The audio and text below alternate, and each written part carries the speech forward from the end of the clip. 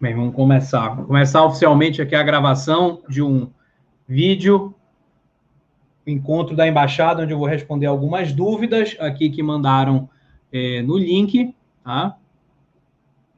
E depois nós vamos fazer a parte 1 aí do mini curso do Tio Uli que ele lançou. Nós vamos pegar aqueles conceitos básicos que, na verdade, vão ajudar bastante na hora, inclusive, de nós queremos definir um simples investimento até em ações, porque as próprias opções, elas interferem em várias variáveis que também uma ação ela sofre essa influência. Então, é bom você conhecer, mesmo sem precisar fazer alguma operação. Não há necessidade de você operar opções para, como é que eu posso dizer, para ter sucesso nos investimentos. Então, Guilherme, bem-vindo. Lorena, Marcela, Renan, prazer aí estarem aqui. Também vai ficar gravado. E sinta-se à vontade também para complementar, tá? Eu vou responder muito ali. Eu já tive uns insights ontem na embaixada, na reunião dos embaixadores com o Tio Uli, e também acaba que eu retrato também um pouco a minha opinião e experiência pessoal, e o ideal é que cada um tenha a sua. A gente está aqui para ensinar todo mundo a pescar, não é dar o peixe, tá? Porque isso no longo prazo não tem bons resultados, tá? Então, vamos ver aqui. Eu vou na ordem que aparece aqui para mim as dúvidas. Algumas, pelo que eu estou vendo, também são apenas comentários, tá? E aí, vamos ver aqui a primeira. Eu vou tentar colocar sempre aqui na tela também, para vocês verem. Então, aqui, por exemplo, a primeira. Ó, estou iniciando agora jovem meus investimentos, tá? Então, é mais um comentário, mas é um comentário muito pertinente, porque na fórmula de juros compostos, tá, a principal variável é o tempo, tá?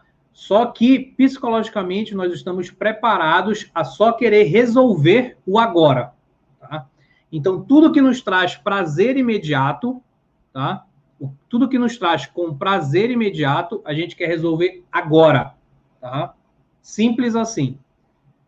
Quando a gente precisa colocar aí para renda variável, que vai sim ter maior rentabilidade, ainda mais com essas taxas de juros baixas como estão,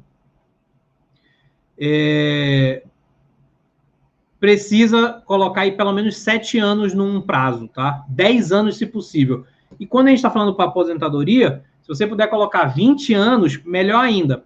Por que eu digo 20 anos? Se você conseguir segurar 20 anos e tiver uma carteira robusta, quando depois você for fazer a curva exponencial dos juros, e você vê que dos 20 aos 25 só são mais 5 anos, você já esperou 20, e o seu patrimônio ele vai pelo menos aumentar mais 50%, você vai começar a se assustar, coisa que hoje você talvez não tenha muito essa percepção, mas lá na frente você vai começar a gostar de ver aquilo ali, vai ser a famosa bola de neve, tá? Então, mas eu tenho 50 anos, e aí, não sou tão jovem. Eu acho que você é jovem, você se cuidar, se tiver uma boa saúde, você ainda tem aí, quem sabe, um horizonte aí de 25 a 35 anos pela frente, tá? Fácil. E a medicina está evoluindo, os costumes, eles tendem a ir para uma forma mais saudável de viver a vida, tá? E outra, nesses 20 anos, assim, por exemplo, dos 50 aos 70, você construindo, no meio do caminho ali com 55, com 60, para quem já é mais velho, já vai ter um patrimônio. Então, às vezes a gente quer logo o resultado final. E é como eu costumava sempre brincar com meus amigos, é uma frase que eu gosto muito de falar, no final, o amor, ele vence. Então, isso é a certeza que a gente tem. E no caminho, você ter uma base de patrimônio, você ter seus investimentos, você ter sua família, você ter as pessoas próximas a você, a sua comunidade, a sua irmandade, isso vai te dando cada vez mais força para você chegar. Então, na verdade, você vai desfrutando ao longo do caminho, tá? Então, essa é a minha ponderação para essa parte de iniciar jovem, tá? O melhor momento de ter plantado uma árvore foi há 20 anos, que hoje a gente já estaria colhendo essa fruta, a sombra dela e os frutos. Agora, o segundo melhor momento é hoje, tá? Então, fica o convite, independente da idade, para todo mundo, do grupo, fora do grupo, que ainda não começou. É para todo mundo começar a investir ainda em agosto desse ano, tá? Nós vamos começar a nivelar o grupo. Nós vamos pegar todo mundo e trazer para quem já investe, e daqui a pouco eu quero todo mundo avançado, vai todo mundo evoluir de fase.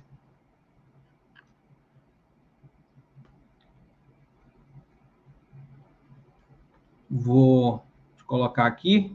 Ó, o Eric, bem-vindo, Eric. O que aconteceu com o mercado hoje?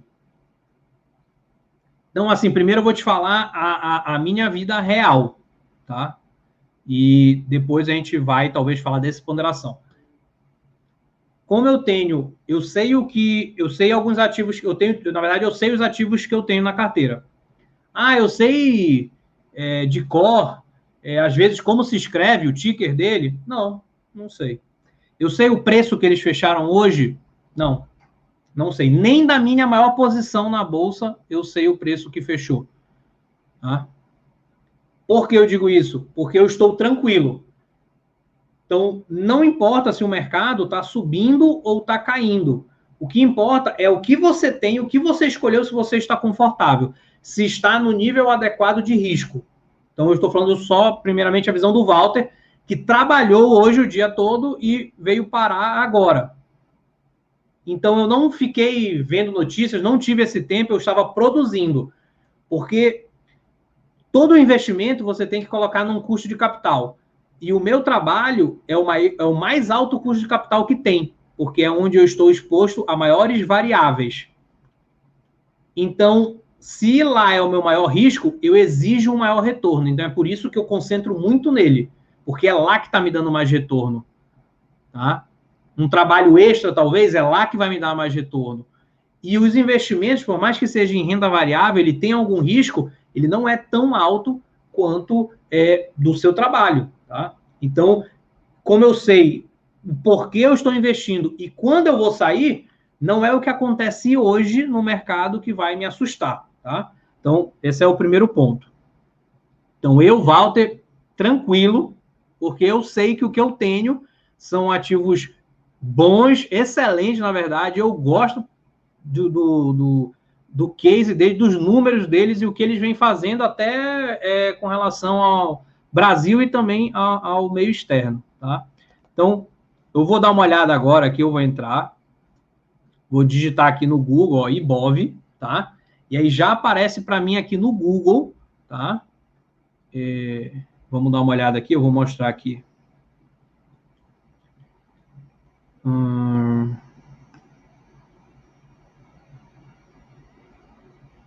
Aqui. Vou compartilhar aqui com vocês.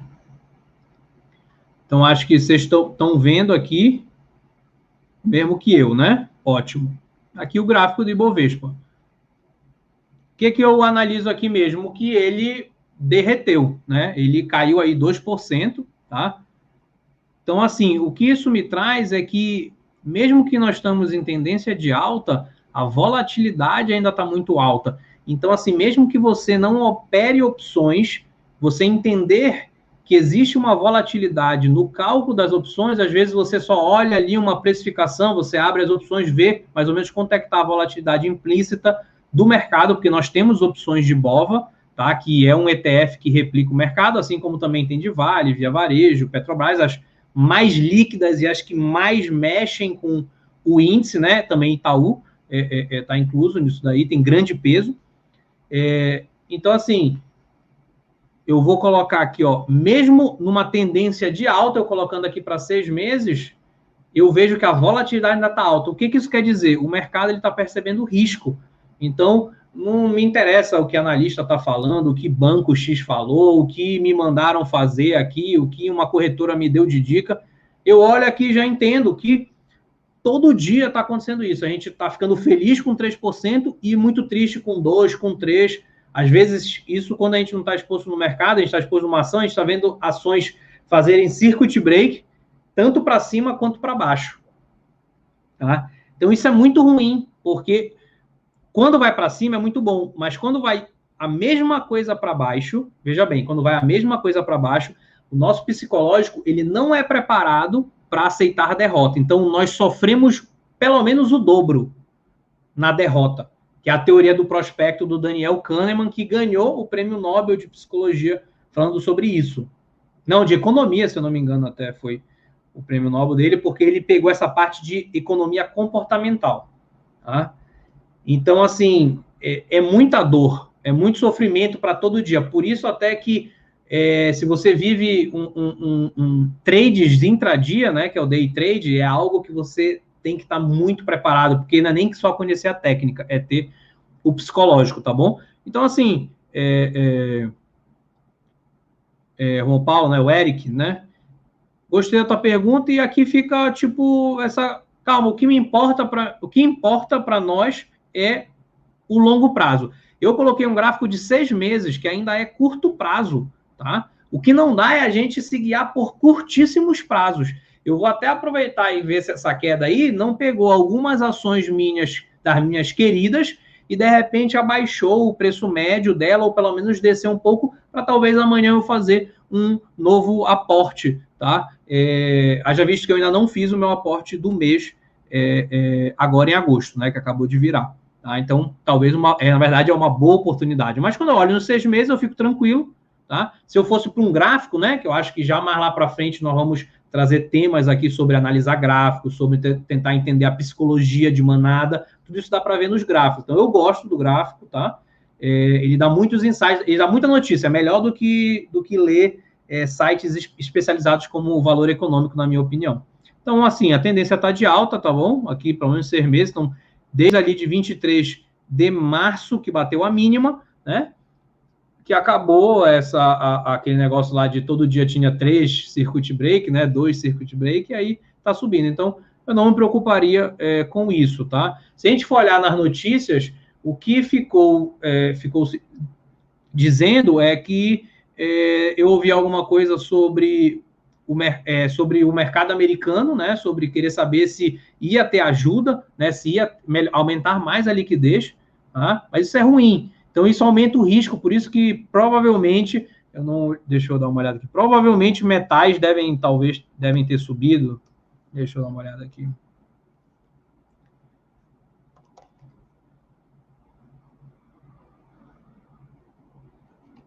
O ETF aqui, vou tentar ver. Não aparece aqui o...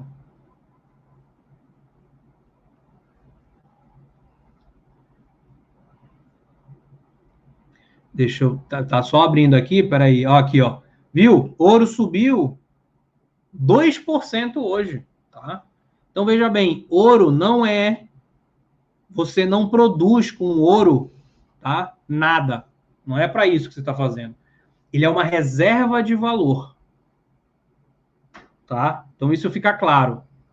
Eu posso usar para ter na minha carteira e me beneficiar quando o risco aumentar.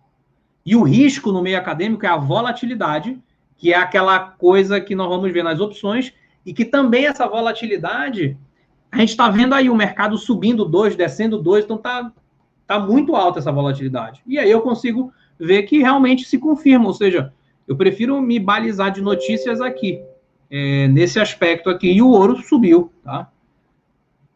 Mas o bom do ouro é que ele tem uma baixa correlação, ela chega a ser até negativa com a Bolsa brasileira, principalmente com a Bolsa americana, mas é até próximo, assim, do zero, que é o que a gente quer descorrelacionar, tá?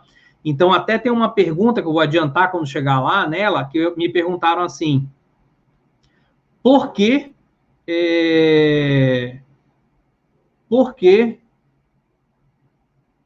como é que foi a pergunta? Porque ouro e bolsa está subindo. Chegou a ter um dia disso. Hoje a gente viu que foi ao contrário, né? Bolsa subiu e o bolsa desceu e ouro subiu, né? Nós vimos isso. Mas teve uma pergunta aqui, por que ouro e bolsa estão subindo? É o conceito matemático que a gente quer para diversificar a carteira. Nós não escolhemos ouro porque ouro é bonito, ouro é alguma coisa. A gente escolhe ouro para nossa carteira porque ele é descorrelacionado. Então, Como ele é até um pouco mais negativo, na maioria das vezes o movimento vai ser oposto. Mas não é descorrelacionado, não é perfeita a descorrelação. Então, vai existir momentos que o ouro vai subir e a bolsa vai subir. Um vai subir mais, outro vai subir menos. Então, assim, não tem muito isso.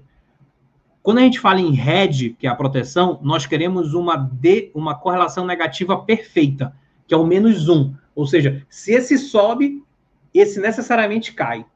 Então, quando esse subir, o outro necessariamente vai cair e de igual direção todos os dias. Isso é uma correlação negativa perfeita, tá? Então, esse é o que a gente quer fazer quando a gente faz um hedge, uma proteção. Mas em diversificação de carteira, nós queremos ativos próximo de zero. Alguns vão estar ali positivo, outros vão estar negativo. E aí nós temos o maior benefício.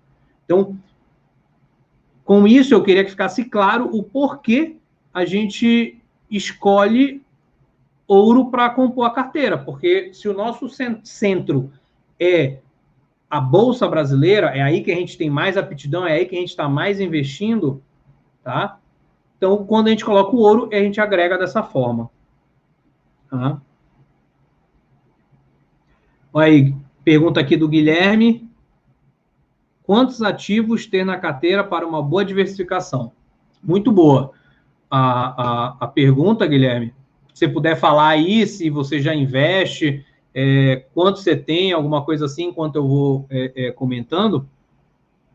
Primeiro é o seguinte, se você diversificar em classes de ativo, você já vai ter 80% dos seus resultados. Tá? Então, o que eu quero dizer? Não importa se eu vou escolher a ação A ou a ação B. O que importa é se eu tenho bolsa. Não importa se eu vou escolher a ação C ou D da Bolsa Americana. Importa se eu estou na Bolsa Americana. Não importa se eu vou escolher o ouro puro ou empresas que mineram o ouro ou talvez um outro metal precioso. Importa que eu estou exposto nesta classe de ativo. De repente, eu tenho alguma commodity, eu tenho milho, eu tenho boi. Não estou falando aqui que precisa ter isso aí, não, que eu, pelo menos, não acredito que seja necessário. Eu estou exposto no mercado imobiliário, eu tenho um imóvel comercial que eu alugo. Não, eu tenho fundos imobiliários. Isso tudo traz várias correlações. Isso tudo traz várias descorrelações para a carteira, tá? Então, esse é o principal. Então, quando você me pergunta assim, quantos ativos, se eu for responder só no ativo extra classe, para quem não quer perder tempo no mercado, tá? Você precisa estar exposto nessa linha macro, tá? Na Bolsa Brasileira, mercado imobiliário, Bolsa Americana, reserva de valor, tá? Que algumas pessoas até falam em Bitcoin para isso, tá? Apesar de ser muito volátil, você tem que ter muita aptidão ao risco, saber o que você está fazendo. Eu não tenho Bitcoin, por exemplo, não faço questão de ter no momento. E também algo que reduza a volatilidade, que aí é a famosa renda fixa. Então, quando alguém fala assim, mas a Tesouro está rendendo mais que poupança, que CDB 100% liquidez diária, não interessa. Não é para isso que existe esse ativo. Walter, eu quero trocar de carro daqui a 2 anos, eu vi um CDB a tantos % do banco tal, com classificação de risco de crédito de tal, e vai vencer exatamente daqui a 2 anos, rentabilidade está boa. Isso é outra coisa. Tá? Para cá, para carteira de longo prazo, a gente só quer baixa volatilidade ou zero, que é o famoso ativo livre de risco, que quando você se expõe no Brasil e você faz as suas contas em reais, é o Tesouro Selic. Se suas contas forem em dólar, se você quiser se balizar pelo dólar, você tem que eliminar a renda fixa brasileira, o Tesouro Selic, e você começa a se expor no Tesouro Americano, tá? Que para nós brasileiros é somente através de ETFs, tá? Que aí tem os ETFs dos títulos americanos, tá? Então, obrigado, Guilherme, aqui, ó. Então, ó, tenho 3 fundos imobiliários, um ETF que... Qual é o ETF? Eu imagino, vou chutar aqui, que é o IVVB11, talvez. Que acaba que é um ETF mais famoso, porque ele é aquele assim, eu invisto nas empresas brasileiras, escolha a minhas aqui. Quando chega o mercado americano, aí talvez a gente se perde, são 4.000 empresas, diferente daqui que são 150 só que você tem para escolher, né? Então aí, ó, IVVB11, tá? Então, aí a gente joga no mercado, né? Coloca a conta para cima do mercado americano, mas tá ótimo, tá? Tá ótimo, tá ótimo. E aí essas 16 ações, está diversificada por setores, está ótimo, tá? Agora, o que eu vou te falar dentro do setor? Dentro do setor. Por isso que eu gostei que você falou assim, diversifica em setores. Ou então, nem precisa diversificar, talvez, em setores. A não ser que das 16 fosse, tipo, 10 empresas de um setor e 6 empresas de outro setor. Aí tudo bem. Mas, assim, precisa fazer mega diversificação de setores, porque no Brasil a gente nem tem tantos setores assim na Bolsa, tá? Às vezes você pega um setor, só tem uma empresa no Brasil, enquanto lá fora é um monte. Então, assim, 16 ações tá perfeita. A partir de 8 ações, você começa a diminuir o risco. Agora, eu quero que fique claro uma coisa. Quando nós falamos de classe de ativos, nós estávamos falando de diminuir risco da carteira, tá? Então, por isso que é o mais importante, porque você vai diminuir o risco total da carteira. Isso aí é pesado. Quando a gente vai falar de ações, a tua diversificação, tu não estás diminuindo o risco total do mercado acionário, porque o William Sharpe, ele descobriu um conceito chamado beta, tá? E aí esse é o risco de mercado, é o risco não diversificado. Então, às vezes uma linha tênue que a gente está falando. Quando a gente está falando só de risco entre ações, a gente consegue se bobear, zerar o risco. Eu sou só renda fixa, Tesouro Selic, só sobe todo dia, acabou. Você não vai ganhar. Se sua rentabilidade, talvez no passado teria sido boa, mas daqui para frente vai ser ruim. A não ser que o Brasil volte lá para os 20% de CDI, né? Do início dos anos 2000. Tá? Para vocês terem uma noção, R$1.000 em 2000, hoje em CDI vale mais de R$10.000, para vocês terem uma noção o quanto o CDI rendeu muito bem. Tá? Mas quando eu olho só para o mercado acionário, entendeu, Guilherme? Por isso eu estou falando, diversifica em setores, está ótimo, mas não precisa pulverizar tanto em setores. O principal no Brasil, como são poucas ações, é você focar mais ainda em quantidade de ações, que nem você está fazendo, perfeito, então ótimo, mas saiba que a partir dessas 16, de 20, principalmente de 20 para cima, você só está colocando mais ativos e o risco sistêmico do mercado você não tira mais. Walter, então não vale a pena ter 25 empresas? Não falei isso.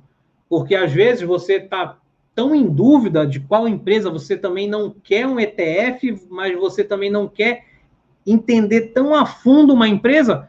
Se você tiver 1%, 1,5%, até 2% do teu patrimônio em uma ação, e você conhece o mínimo dela, você faz uma avaliação, uma seleção, você às vezes consegue escolher e você só está ali 2% exposto. Então, nesse ponto é que talvez você coloque mais ações, tá?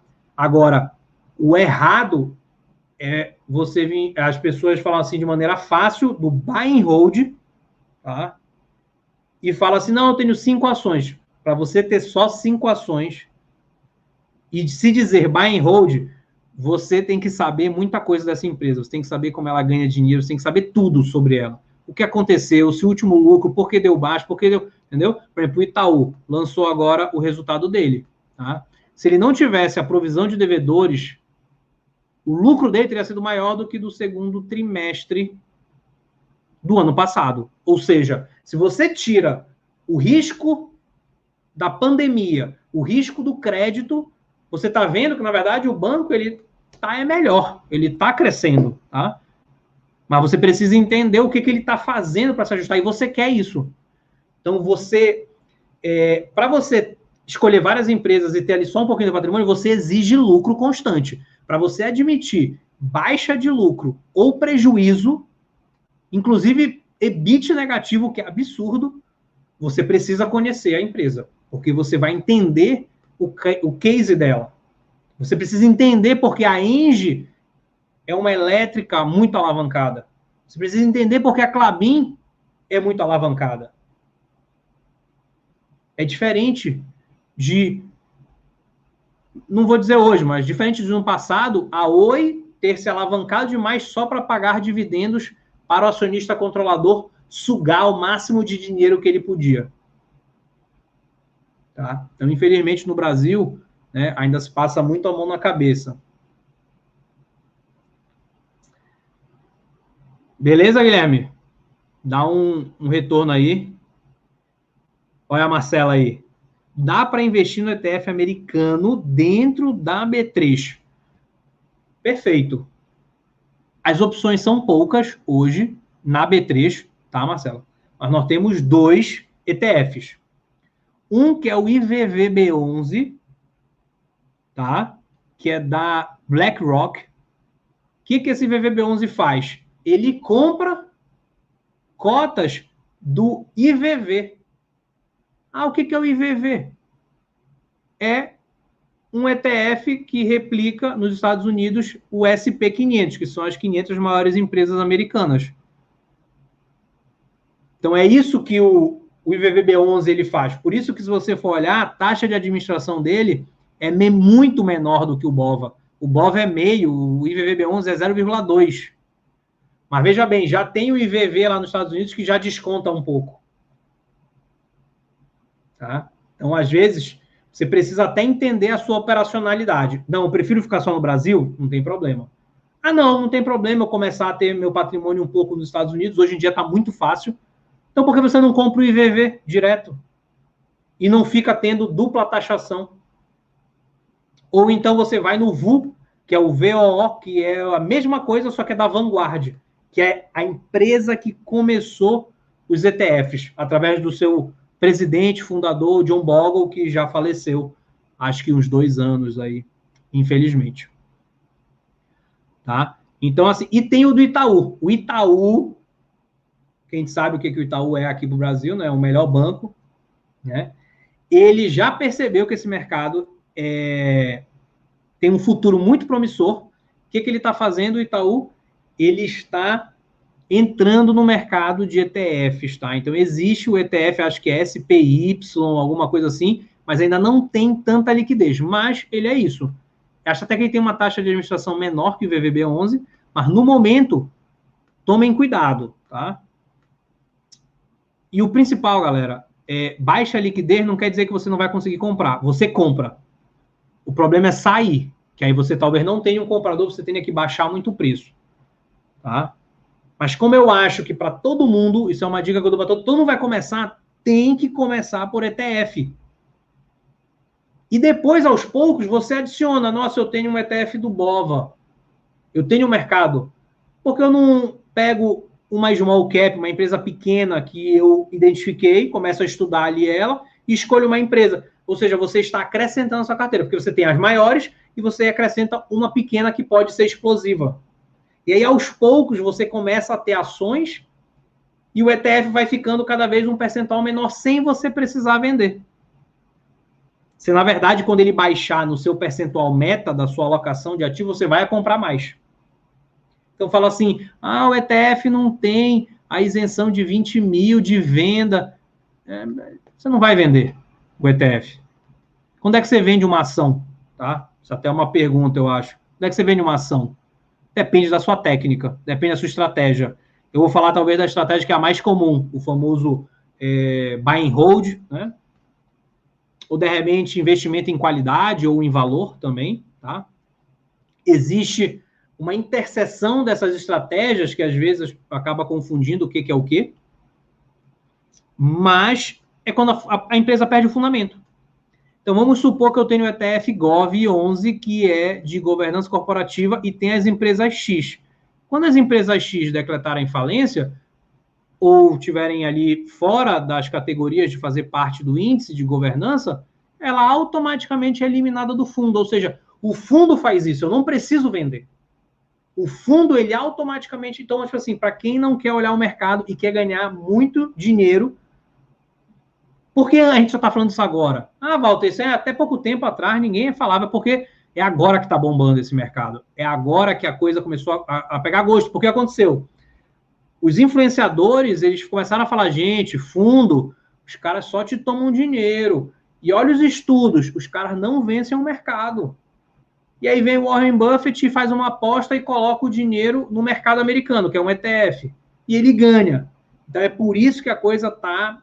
E se nos Estados Unidos já são 2.000 ETFs, tá? Se quiser investir na Índia, você compra via ETF. É uma beleza. É um mercado muito sedutor, que eu estou gostando muito aí de estar fazendo parte do mercado americano. Tá? Olha aí, Júlio César, show de bola. 20% de esforço, 80% de resultado na macroalocação significa demais. Perfeito. E te acrescento uma outra coisa que é pesadíssima. Tá? Como os juros compostos é exponencial, se você pode ganhar hoje mais, inclusive na teoria econômica, você deve poupar, porque futuramente você parte do princípio que a sua capacidade produtiva vai ser menor. Tá? Hoje em dia, com a evolução da saúde, talvez laboral, né, física, talvez reduza um pouco, mas vai chegar uma hora que você realmente vai reduzir um pouco, tanto mental quanto física. Tá? Então, esse é um pressuposto do porquê é obrigatório. Não que devem te obrigar, mas é obrigatório você falando com você mesmo. Eu tenho que poupar. Então, hoje é o que mais importa de quanto dinheiro você ganha. Tá? Porque tudo que tu ganhou de juros compostos, 80% vai corresponder aos teus 20% primeiros aportes. Olha que pesado isso também. Os teus 20 primeiros aportes da tua vida vão corresponder por 80% dos teus juros compostos lá na frente. E ainda eu conheci não, fiquei sabendo só de pessoas que, infelizmente, na época da crise, pré-crise, na verdade, em janeiro, estavam largando suas profissões, vendendo seus imóveis, se alavancando na bolsa, porque queriam tirar na Mega Sena. É preferível você separar ali o dinheiro da Mega Sena e apostar, literalmente, tá? Mas focar no trabalho, investir. Focar no trabalho, investir. Isso eu estou falando só em um dos pilares da vida, tá? Não estou entrando nem nos outros, que é o social, família, espiritual, tá? Show de bola. Vocês podem ir comentando aí. Eu vou aqui para uma próxima pergunta aqui. Eu estou vendo aqui uma de vender um ativo com lucro, tá bom? Minha dúvida. Vou colocar aqui. Eu já comentei um pouco sobre isso, né? Já comentei um pouco sobre isso, tá? Sobre vender, mas seria... talvez, na maioria dos casos, vai ser uma empresa boa, por exemplo, perdeu os fundamentos, você percebeu e você sai antes do mercado.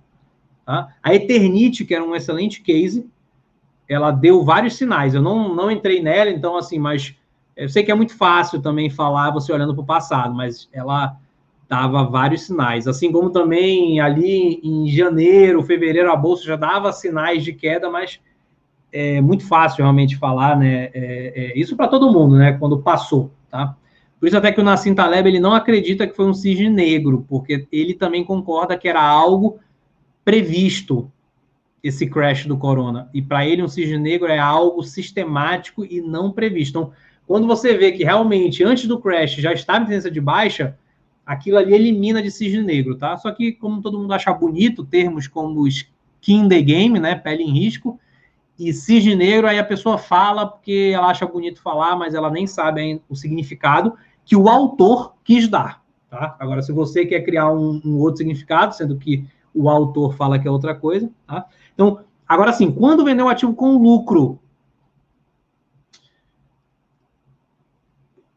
eu queria acrescentar uma forma aqui, tá? Você ganha dinheiro também com proventos, tá? Então, tem duas formas de ganhar. Aumento de capital, proventos. Se eu tenho uma ação que paga 10% de dividend yield, Vou até inverter aqui. Vou colocar 1 sobre 10. Aqui, ó, 1 sobre 10. O que está acontecendo? Paga 10% de dividend yield, né? Beleza. Se ela só andar de lado, aí o pessoal vai falar assim, nossa, que coisa, só andou de lado, que empresa chata. Mas daqui a 10 anos, ela te devolveu o teu lucro. É como se o PL dela fosse 10. Em 10 anos, ela te devolveu o lucro. Então, assim, não se esqueçam dos proventos, tá? Mas vamos tentar entender aqui que é um aumento de capital, tá? Eu acho que o principal, sinceramente, é se a coisa ficou muito acima. Ah, eu quero ter 10% nesse ativo. Aí o ativo subiu tanto que ele ficou em 15%. Aí você vai com o seu aporte no que está mais barato e compra. Só que, assim, no início, o teu aporte ele vai movimentar, não vai ter problema. Mas vai chegar uma hora que o teu aporte ele não vai ser nada. E é isso que a gente quer. Ah, aportei. Mexeu 0,5%. E aí você tem que tomar a decisão. Se você quer manter aquilo ali que não, ou se você quer vender aquilo ali e colocar, tá? Tem que prestar atenção em custo, porque nenhum trabalho acadêmico leva em conta custo, tributos, tem que fazer a conta na hora que quiser decidir por isso, tá? Ou então vende de pouquinho em pouquinho, usa a cota lá, sua ação de 20 mil, vai vendendo, tá? Então, acho que é isso, tá? E tem uns estudos, tá? Não lembro aqui quando ele foi feito, que a diferença ótima de uma classe, não só uma ação, tá? Mas a classe Bovespa, a classe Bolsa, ou qualquer outra classe grande, quando ela descola, de 15%, ou seja, não é só de 10 para 5, seria uma classe deslocar para 20 ou 25%. Aí você deveria rebalancear tudo. E aí você otimizaria bastante o teu negócio. Então, assim, caso aconteça algo assim, que você esteja, tipo, desviando dois padrões, ou seja, você está dentro de uma curva gaussiana nas extremidades, ou seja, é um fato tão pouco provável de acontecer que quando ele acontece, talvez valha a pena você zerar e deixar tudo no percentual que você acordou com você mesmo, a depender do que você considera, né, como risco, tá? Vamos aqui para uma próxima.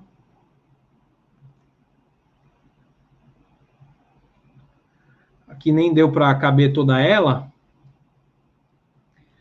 Tem uma dúvida, fundo imobiliário, investir neles agora, com juros baixos, tem uma boa tacada, porém, dos futuros.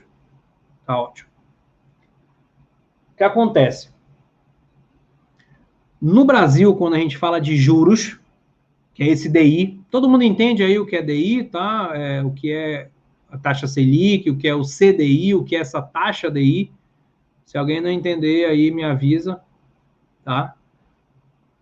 No Brasil, a precificação dos juros, quando ele tem que estar lá na frente, quando ele tem que estar hoje e tal, ele é feito através do mercado futuro, é onde tem liquidez. Então, as pessoas negociam, por exemplo, os juros de 2023, os juros de 2022, os juros de 2024, e aí você vai plotando aquilo ali numa curva para saber se a curva é ascendente, descendente, que isso tem a ver com a expectativa de expansão ou retração da economia, tá? Se tiverem qualquer dúvida sobre essa parte econômica, pode perguntar.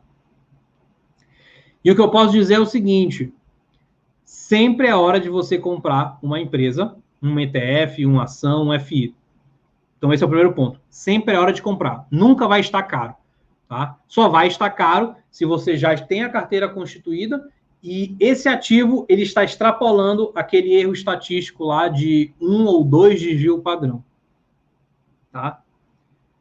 Mas existe uma correlação inversamente proporcional com esses juros DI. Então, você pode colocar, sempre está olhando assim, uns juros DI de 3 a 4 anos para frente.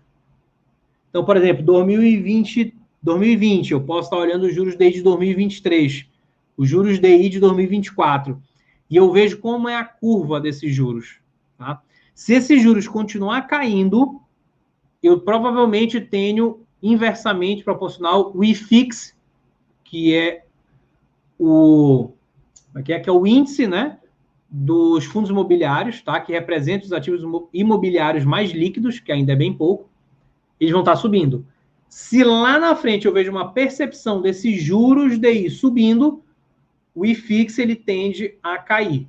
Então, eu imagino que tenha um pouco a ver isso a pergunta. Então, assim, quando a sua carteira está bem montada, tá? E quem pôde aproveitar nessa crise fazer uma boa carteira com um bom dividend yield, tá? Você pode optar, quando de repente essa curva começar a inverter, você pode optar talvez por segurar, não vender, pegar aqueles dividendos, aqueles aluguéis, né? Que são os aluguéis dos fundos imobiliários e distribuir em outras classes. Você pode fazer isso, ao invés de, não, aqui eu estou achando que vai cair e aqui está subindo, então como ainda não caiu, eu pego essa rentabilidade, não vendo, e vou para ação, vou para outras, desde que o meu rebalanceamento esteja respeitado. Tá? Então, esse eu acho que é a melhor forma, tá, de pensar. E aí sim, quando de repente esse fixe e os fundos imobiliários caírem e a curva de juros começar a descer, aí está na hora de você pegar aqueles dividendos, está na hora de pegar os seus aportes e ir lá, porque provavelmente esses fundos imobiliários vão estar com um dividend yield muito, muito atrativos. Tá? E acho que para quem não sabe, vai também ter um ETF, né, pelo Banco Inter. Ele está lançando aí um ETF que vai replicar o IFIX. Então, vai facilitar de uma vez por todas a vida das pessoas. Vamos ver aqui. Ó, tem uma aqui que a dúvida é todas. Quero saber todas as dúvidas. Aqui. Como investir em ações em BDRs. Tá? Então, assim, o primeiro ponto, tá? Ações, tema enorme. BDRs, outro tema enorme, só que como a maioria deles é para investidor qualificado, eu limito o acesso, tá? Então, nada mais é do que você comprar uma Apple aqui no Brasil, tá? Você recebe dividendo, mas você não tem, de fato, a ação. É uma confusão ali. Até pode você transformar em ação, mas é tanta confusão que melhor deixar quieto. Mas, assim, você tem que ter acesso, você tem que ser investidor qualificado, tá? Então, assim, o primeiro ponto é, para quem mandou essa pergunta, entender as classes de ativos e começar por isso. Então, a minha resposta para isso é até o que eu já comentei bastante. Comece pelas classes de ativos e aí você vai começar a formular perguntas específicas. Porque assim, quero investir em ações. É muito extenso. Como você quer investir de ações? Qual é a forma que você quer investir? Então, assim, se você começar com ETF, você já começa muito bem, tá? Mas, se você olhar histórico de lucros, capital de giro da empresa, que é como ela usa o endividamento operacional para trabalhar. E o endividamento da estrutura de capital, ou seja, realmente dívida de terceiros, que são dívidas de longo prazo, e a dívida do próprio sócio, aí quando você usa isso, lucros, o endividamento das diversas formas, inclusive o operacional, que é o capital de giro. Tá? Porque, veja bem, empresas que vendem cada vez mais, se não mexer no seu capital de giro, elas quebram. Tá? Então, se você acredita nas pessoas que ficam precificando empresas só pela receita e você não tem noção de como é o capital de giro dessa empresa, tome muito cuidado, porque se ela explodir nas vendas, ela pode quebrar por não dar conta de financiar suas operações por causa do capital de giro. Tá bom? E aí ela vai ter que precisar de um capital de crédito de terceiros de curto prazo, que é tipo como se fosse para nós, pessoa física, um rotativo. A gente sabe o quanto é absurdo os juros de uma dívida de curto prazo, como é o cheque especial. Então, é meio que um caminho perigosíssimo para essa empresa aí, né? Teve aquela lá do ouro com a bolsa, que eu respondi. Tem uma aqui de quero aprender com opções, né? Tem o grupo do Sequoia, do Tiuli, né? A gente deve dar... vamos daqui a pouco já, vamos falar um pouco das opções, tá? E as outras perguntas eu acho que a gente fica para o grupo aí para um outro momento. Tem aqui uma, vale a pena investir em empresas small caps que estão com melhor desempenho se já invisto no ETF? Claro, isso significa que é a sua evolução. Isso é a sua evolução como investidor. Cadê? Ué. Peraí. Aqui, ó. Isso aqui significa que é a sua evolução como investidor. Você já tem um ETF. Mas assim, também agora eu entendi aqui. Está com melhor desempenho o quê? Melhor desempenho de preço. Se for só melhor desempenho de preço, tem que tomar muito cuidado. Tem que ver o beta. Se o beta não é maior do que o ETF de small caps, ou seja, às vezes é uma empresa muito alavancada, que tem uma percepção de risco maior, então em mercado de alta ela sobe mesmo mais, tá? Agora, se for uma empresa top por causa dos fundamentos, aí é aquilo que eu falei, é a segunda camada, é a segunda fase. De ETF small, você acrescenta uma que você gostou mais, aí daqui a pouco uma outra, e daqui a pouco o teu ETF ele vai sendo diluído e as tuas empresas vão ganhando corpo. Essa é a evolução. O problema é que as pessoas não querem, talvez, passar por essa evolução. Não sei se talvez é chato ou alguma coisa assim, né? Então, fica essa grande dica aí.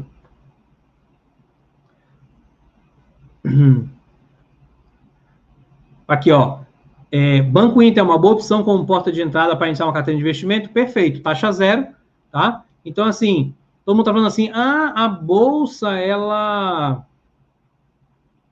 A bolsa, ela tá...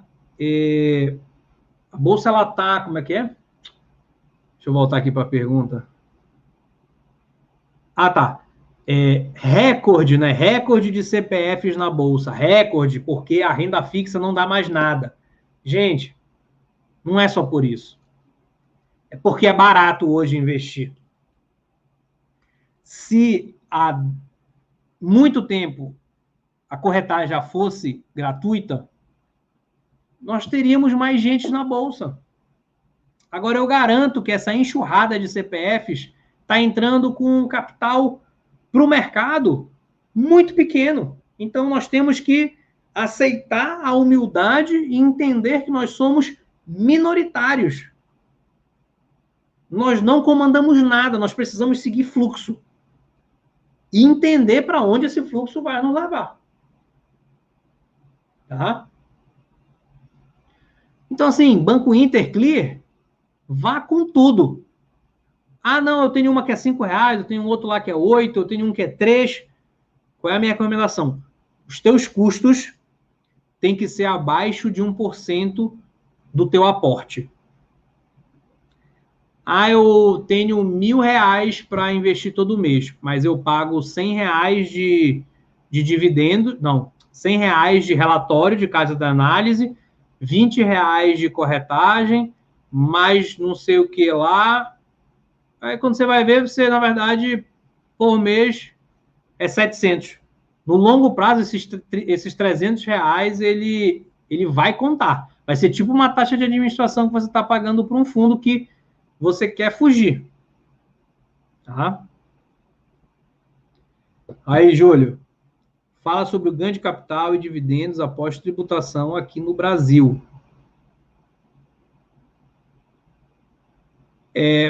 Vou tentar entender aqui a tua pergunta.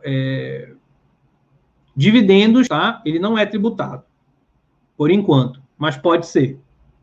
Mas também até o projeto de lei que estão passando querem deixar isenta as empresas da Bolsa de também tributar dividendos, tá? Seriam só para as empresas fechadas. Algo assim. Mas vamos focar no que a gente consegue, né, manipular.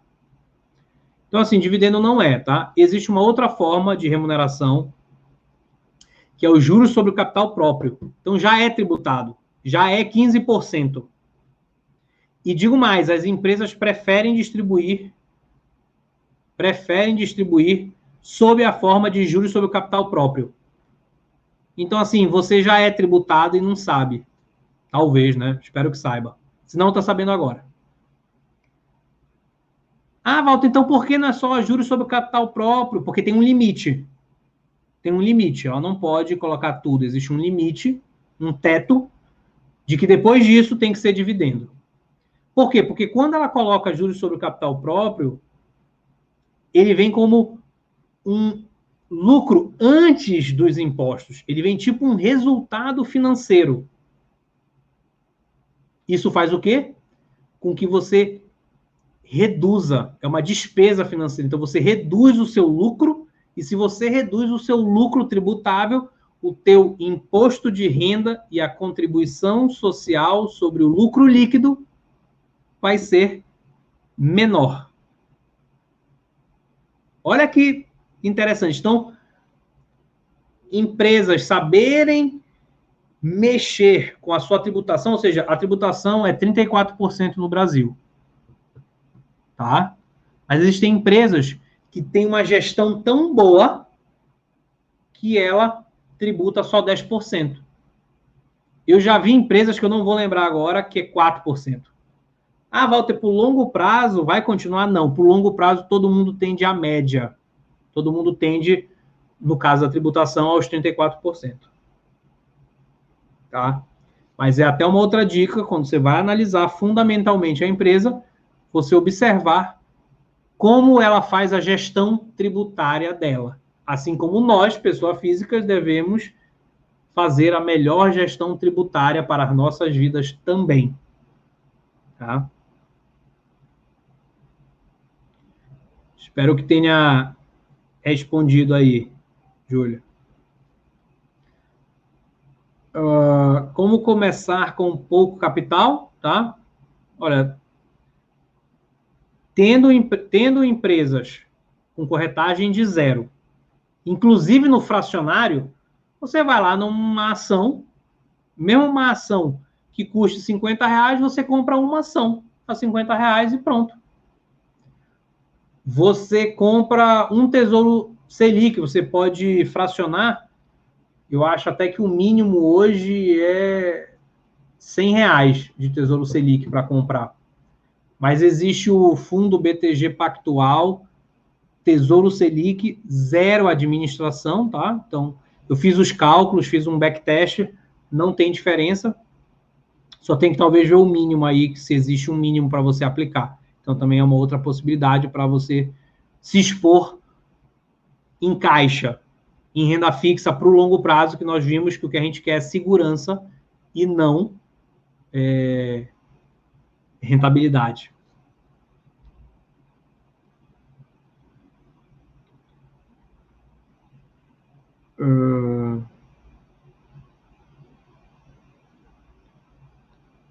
Acho que é isso. Ficou alguma dúvida aí? Como é que vocês estão aí? O que a gente falou? Vou ver aqui.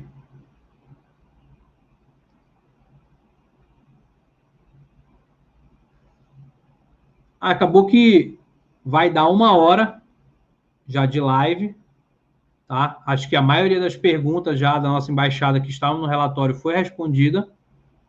Mais perguntas são sempre bem-vindas, inclusive no grupo, né? Onde sempre que dá, né? Eu estou vendo que todo mundo está se ajudando, isso é muito legal. Estou gostando demais. E eu também quero sempre contribuir bastante. E se vocês tiverem alguma pergunta aí, a gente encerra, tá? Para não ficar sempre uma coisa que extrapola aí, a gente sempre vai tentar manter 1 hora para todo mundo tentar se programar. E vamos fazer um próximo encontro. Como vai ter quarta e sexta, tá? Tá pesado agora essa semana com a parte da live dos embaixadores, que ele vai vir com tudo. Continuem também mandando perguntas no questionário, que eu já fiz algumas ali mais complexas, que estão lá na live, é só ver. E a gente vai mandando lá também, e eu também depois tento responder, tá? E aí, se não der na quinta, a gente tenta ver no final de semana, ou no máximo início da semana que vem, para fazer uma segunda parte aí, e aí a gente entra num básico de opções, que na verdade, na minha opinião, é a base para você entender o que é uma ação. Que quando você entende a opção, você entende os fatores que regem o mercado financeiro de ações. Porque a opção é um derivativo de alguma coisa, né? Quer dizer, o mercado de derivativos deriva de algo. As opções derivam de uma ação específica. Tá? Então, obrigado pela presença. Foi um vídeo gravado, vai ficar disponível. E se alguém não tiver mais pergunta, obrigado, Júlio. Valeu aí por estar presente. E continuamos no grupo, tá? E também me sigam no Instagram. E aqui na descrição, para quem está vendo o vídeo, tá o link do grupo de WhatsApp. Pode passar para o maior número de pessoas, tá? E também tá o meu WhatsApp, que se você quiser se manter, de certa forma, anônimo, você pode perguntar na caixinha de perguntas que eu abro no Instagram, e lá eu respondo a sua pergunta, caso haja. Mas assim, eu quero que num futuro próximo não tenha nenhum problema de timidez. E eu vou finalizar liberando um desafio, que é o seguinte: até o dia 15 de agosto eu quero a mini embaixada com conta em corretora aberta, tá? E se por um acaso custos de transação como TED impactam no seu dinheiro, eu também quero uma conta em um banco digital taxa zero aberta.